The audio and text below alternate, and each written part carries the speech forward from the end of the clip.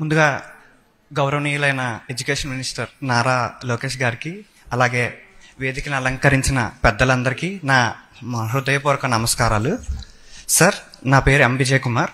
నేను government vocational junior college విశాఖపట్నంలోని ఈటీ electrical technician కోర్స్ని pursue చేసుకున్నాను. మొన్న జరిగిన ఇంటర్మీడియట్ ఎగ్జామ్స్లో అవుట్ ఆఫ్ 1979 మార్క్స్ నేను సెక్యూర్ చేసుకోగలిగాను సార్. ఈరోజు అసలు నాకు నమ్మాలా ఇప్పటికీ వద్దా అన్న దాంట్లో ఉన్నాను. డ్రీమ్ అలా అత్తే ఏంటని చాలా హ్యాపీగా ఉన్నాం అందరూ. నేనే కాదు, నా పేరెంట్స్ కానీ, కాలేజ్ నుంచి లెక్చరర్స్ కానీ అందరూ చాలా హ్యాపీగా ఉన్నాం సార్. ఇంకోటి ఏంటంటే, నాకు ఈరోజు గవర్నమెంట్కి నాకు ఉన్న ఒక అనుబంధం ఉంది, మిగతా వాళ్ళకేమో కానీ దాన్ని షేర్ చేసుకోవాలనుకుంటున్నాను సార్.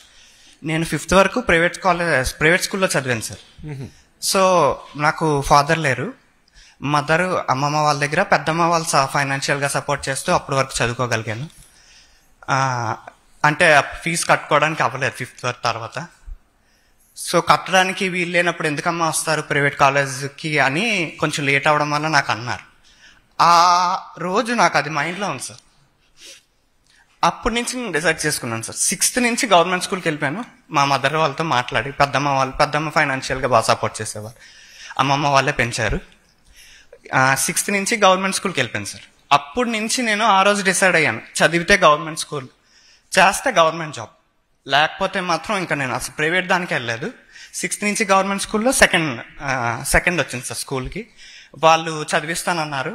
కాకపోతే నేను ఏంటంటే టెక్నికల్ సైడ్ వెళ్తే ఫైనాన్షియల్ సపోర్ట్ చాలా ఉంటుందని అన్నీ ఆలోచించాను. డిప్లొమా చేద్దాం అనుకున్నాను, కానీ మ్యాథ్స్ కూడా కొంచెం డల్, అంటే మనకున్న రిసోర్సెస్ వల్ల అప్పుడు చేయడం వల్ల టెక్నికల్గా బాగుంటుందని ఐటీఐకి వెళ్ళాను సార్. అది government old ITI Visakhapatnam sir.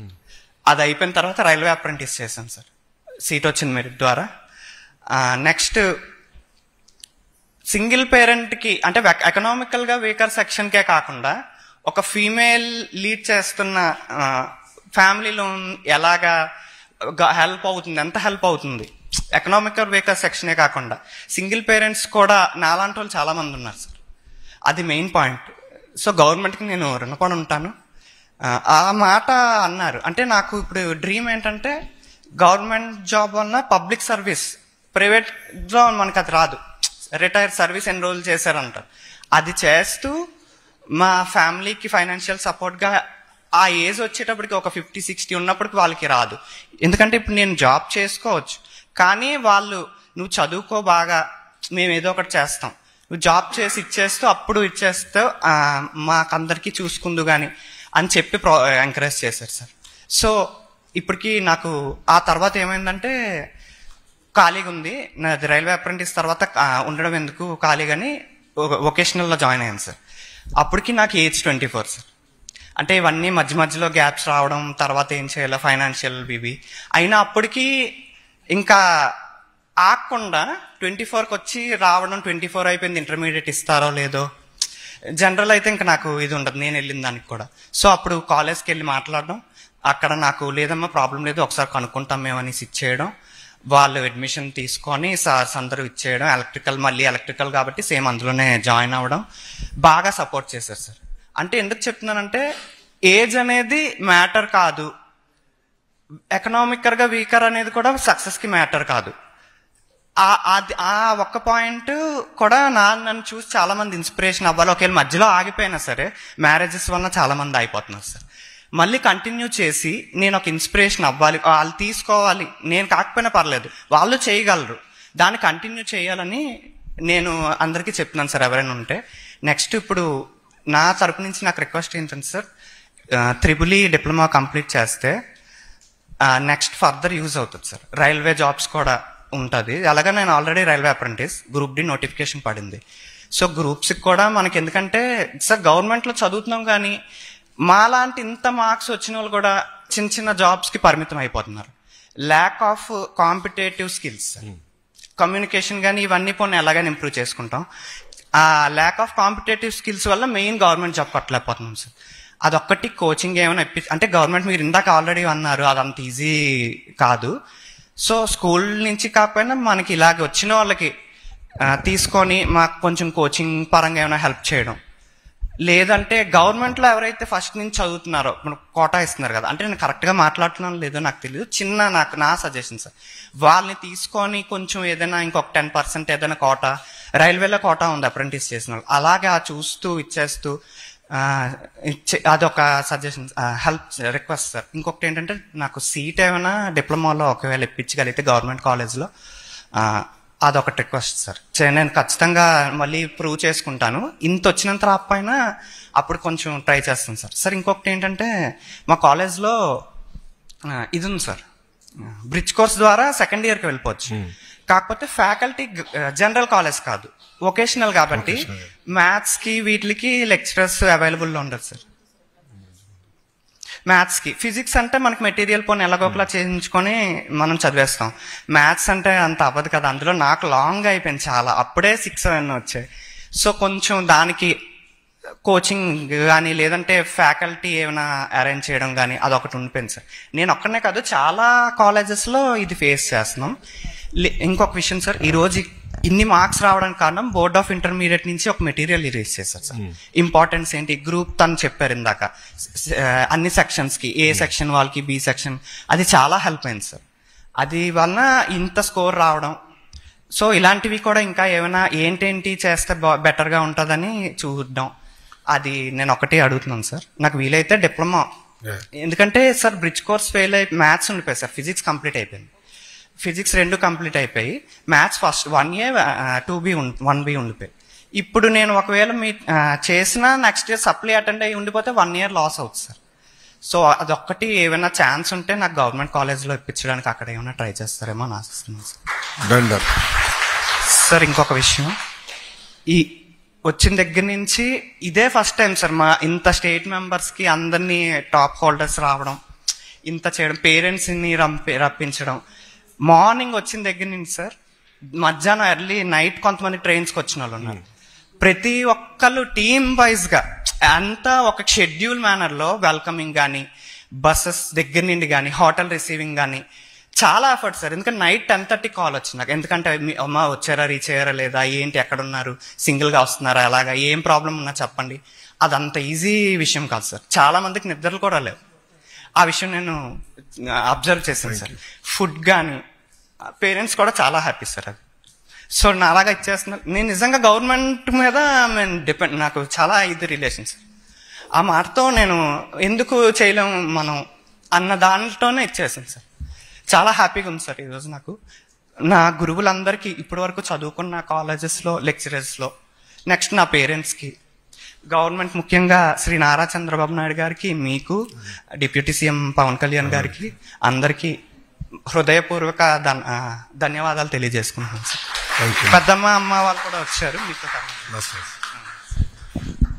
తమ్ముడు అనేది చాలా ఇంపార్టెంట్ ఇష్యూ. అనేక కారణాల వల్ల ఒక సందర్భాల్లో మనం కొంచెం ఇబ్బంది పడతాము. 1 సంవత్సరం 2 సంవత్సరాలు మిస్ అయినా చదువు పూర్తి చేయాలన్న తపన మనలో ఉండాల్సిన అవసరం చాలా చాలా ఉంది. అది మీరు నిరూపించారు. వాస్తవంగా నేను పెద్దలందరితో చర్చించి అనేక మంది పారిశ్రామికవేత్తలతో కూడా మాట్లాడినప్పుడు వాళ్ళందరూ నన్ను కోరింది కూడా వొకేషనల్ని మీరు బాగా పుష్ చేయండి. ఇప్పుడు Germany model in vocational education చాలా బాగుందనే చెప్తాం జరిగింది. అది నేను మేడం గారితో కూడా అనేక సందర్భాల్లో డిస్కస్ చేశాను. కరికులం బలోపేతం చేయాలి, ప్రైవేట్ సెక్టర్తో లింకప్ కరెక్ట్గా ఉంటే ఎవరైతే హైయర్ ఎడ్యుకేషన్స్కి టైం సరిపోదు, మేము లాటరల్ ఎంట్రీ అవ్వాలనుకుంటున్నాము, వాళ్ళకి అవకాశం కల్పించాలనేది ప్రభుత్వం ఒక లక్ష్యంగా పెట్టుకుని మేము చేస్తున్నాం. అది ఇంకా మేము బలోపేతం చేసే బాధ్యత తీసుకుంటాం. మీరు మీ డిగ్రీ గురించి చెప్పారమ్మా, ఒకసారి I will come back. Diploma let me come back. అది కొంచెం నేను టోటల్గా అండర్స్టాండ్ చేసుకుని I will come back to madam గారితో I will discuss and I will come back to. మీతో పాటు ఈరోజు ఒకరు రాశారు, చెల్లి రాసింది, చిన్న వయసులో పెళ్ళయింది, చదువు మానేశాను. ఎవరిది? మీరమ్మా? High school plus. చెప్తారా మీ గురించి? పర్లేదా? చెప్తావా? Very good. చిల్ ఒకసారి మైకేమో మళ్ళీ మీకు ఇస్తారు, ఎందుకంటే తమ్ముడు చెప్పిందా నేను చదివినట్టు గుర్తు, అందుకే. Good afternoon sir. నేను 2018-19లో నా 10th ఫినిష్ చేశాను. బట్ నా హెల్త్ ఇష్యూస్ వల్ల నేను స్టడీ ఆపేయాల్సి వచ్చింది. మా మదర్ వాళ్ళు ఇంకా మ్యారేజ్ చేసేసారు. నా కోవిడ్లో మ్యారేజ్ అయ్యింది, తర్వాత పాప పుట్టింది. బట్ నాకు చదువుకోవాలని చాలా ఆశ ఉండేది. మా ఫ్రెండ్స్ అందరూ కాలేజెస్కి వెళ్తుంటే వాళ్ళని చూసి నేను ఎప్పుడు చదువుకుంటానని బాధపడేదాన్ని. అది మా హస్బెండ్ చూశారు. లేదు నేను చదివిస్తాను ఖచ్చితంగా అని అన్నారు. ఫైనాన్షియల్ సపోర్ట్ కూడా ఇస్తానని అన్నారు. కానీ నా దూరంగా వెళ్ళాలి, ఫ్యామిలీ రెస్పాన్సిబిలిటీస్ వదిలేసి నేను అలా వెళ్ళడం కరెక్ట్ కాదనిపించింది. ఇంట్లో నా బాధ్యతలు నేను చేసుకోవాలి. నాకు దగ్గరలో ఏమైనా కాలేజ్ ఉంటే బాగుండు అని అనుకున్నాను. అప్పుడే H+ రావడం, మాకు లోకల్లోనే ఉండడం నాకు చాలా హ్యాపీ అనిపించింది. వెళ్ళాను, కాలేజ్లో జాయిన్ అయ్యాను.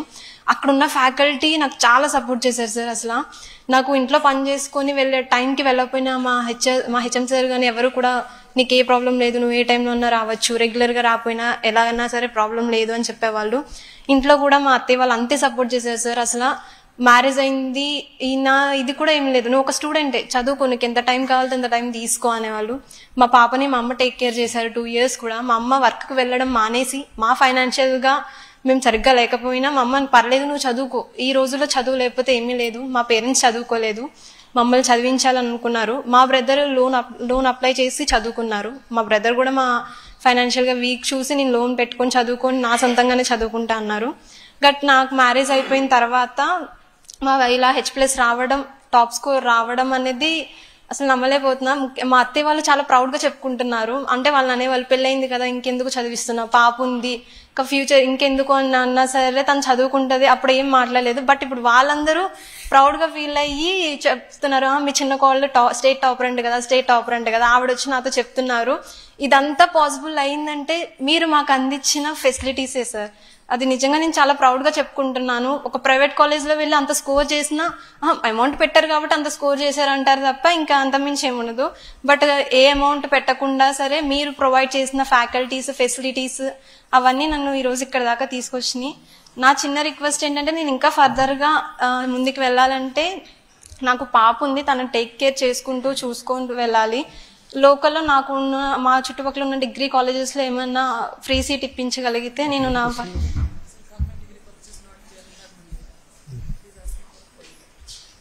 మండలంలోనే చదవాలన్నా నియోజకవర్గంలో చదవాలన్నా? ఏ నియోజకవర్గం అమ్మా? Anaparthi sir. Anaparthi. Free seat ఏమైనా ఇప్పించగలిగితే నేను ఫర్దర్గా మీరు నాకు చాలా హెల్ప్ చేసిన వాళ్ళు అవుతారు. బాగా చదవాలి కానీ.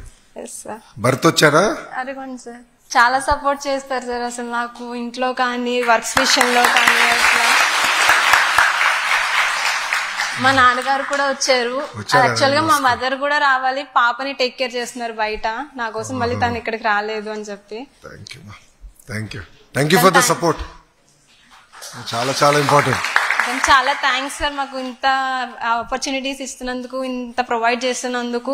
మాకంటే ప్రైవేట్ స్కూల్స్ మాలాగే వచ్చినాయి, బట్ వాళ్ళకి ఈ ఆపర్చునిటీ రాలేదు. వాళ్ళందరూ తెలుసుకోవాలి, మనం గవర్నమెంట్ లో చదవడం ఎంత ముఖ్యం అనేది తెలుసుకోవాలి. గవర్నమెంట్ కాలేజ్ అంటే చిన్న చూపు చూడడము, తక్కువగా ఈవెన్ నేను 10th వరకు ప్రైవేట్ స్కూల్లో చదివాను సార్. 10th వరకు ప్రైవేట్ స్కూల్ సార్ నేను చదివింది.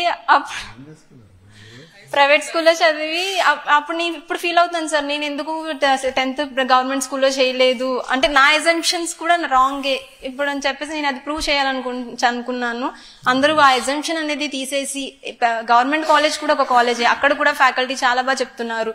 అందరూ కూడా అందులో జాయిన్ అయ్యి మంచి స్కోర్ చేసుకుంటే మనకి ఆపర్చునిటీస్ వస్తాయి అని తెలుసుకోవాలనుకుంటున్నాను sir. Thank you. What is your advice అమ్మా హై స్కూల్ ప్లస్ ని?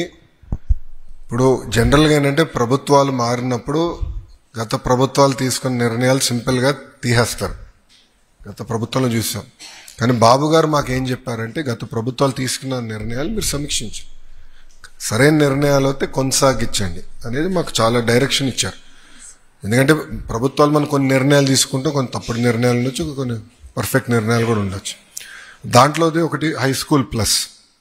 ఈసారి చూస్తే అదే డేటా నేను చదువుతున్నాను. హై స్కూల్ ప్లస్కి వచ్చేగల ఆల్మోస్ట్ పాస్ పర్సెంటేజ్ డబుల్ అయింది, 34 to 60 ఆల్మోస్ట్ డబుల్ అయింది. సో క్లియర్లీ మ్యాజిక్ జరిగింది. అంటే చాలా అద్భుతంగా ఉపాధ్యాయులు కూడా చాలా కమిటెడ్ గా చదువు చెప్పారు. మెటీరియల్ కూడా పనికొచ్చిందని నేను అనుకుంటున్నాను. సో సబ్స్టాన్షియల్ ఇంప్రూవ్మెంట్ వచ్చింది. కానీ మీ అభిప్రాయం ఏంటి హై స్కూల్ ప్లస్ ని ఏ డైరెక్షన్ లో తీసుకెళ్తే బాగుంటుంది? సార్ హై స్కూల్ ప్లస్ లో అంటే మా కాలేజ్ లో ఓన్లీ 2 గ్రూప్స్ ఉన్నాయి సార్. అవును. గర్ల్స్ కి చాలా మంది చదువుకోవాలన్నా అక్కడ ఆ గ్రూప్ లేకపోవడం వల్ల మళ్ళీ ప్రైవేట్ లో జాయిన్ అవ్వాల్సి వస్తుంది వాళ్ళు తప్పక, లేకపోతే స్టడీ. మీరు ఏ గ్రూప్ చదవరమ్మా? నేను సిఈసి సార్. CEC. మాకు ఎంపీసీ సిఈసి ఉంది, బైపీసీ హెచ్ఈసి. సిఈసి లో ఎంత మంది ఉన్నారు మీరు స్టూడెంట్స్ అప్పుడు? స్టూడెంట్స్ 8 మెంబర్స్ ఉన్నాం సార్. 8 మంది ఉన్నారు. ప్రెసెంట్ 8 మెంబర్స్ ఉన్నాం సార్. మిగతా గ్రూప్స్ లేక వాళ్ళు వెనక్కి అండ్ ఎంపీసీలో ఎంత మంది ఉన్నారమ్మా? ఐడియా? ఎంపీసీ కూడా 8 సార్. 8. వాళ్ళు వెనక్కి వెళ్ళిపోతున్నారు. అలాగే ఎంపీసీ స్టూడెంట్స్ వాళ్ళకి ప్రాక్టికల్స్ కి వేరే ఊరు వెళ్ళేవాళ్ళు సార్ వాళ్ళు. అది మాత్రం చాలా ల్యాబ్స్ లేక చాలా ఇబ్బంది లేదు. సబ్జెక్ట్ టీచర్స్ కూడా లేరు కదా. సబ్జెక్ట్ టీచర్స్ కూడా ఫిజిక్స్ సరే ఫిజిక్స్ కెమిస్ట్రీ చెప్పడం, మ్యాథ్స్ సరే 1A 1B అలా చెప్పడం జరుగుతుంది. మాకేమో సివిక్స్ కి లేరు సార్.